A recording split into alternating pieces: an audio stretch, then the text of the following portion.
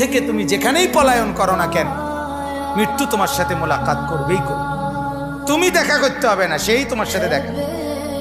তুমি মৃত্যুকে ডাকতে হবে না, মরণ তোমাকেই ডেকে নিয়ে আসবে।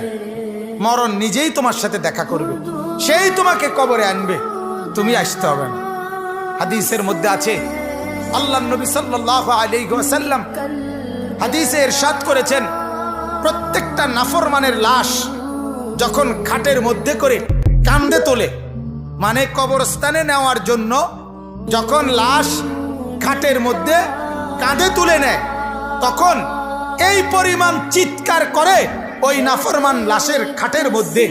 আল্লাহ নবী সাল্লাল্লাহু আলাইহি সাল্লাম বলেন, যদি একটা সেকেন্ডের চিৎকার তোমরা ওই নাফরমানের শুনতা, তাহলে পৃথিবীর কোনো মানুষ কাউকে কাঁধে আর লাশের খাটিয়ে তুলতো না, বরং ফেলে রাখতো আর কুকুর বিড়ালে খাইতো।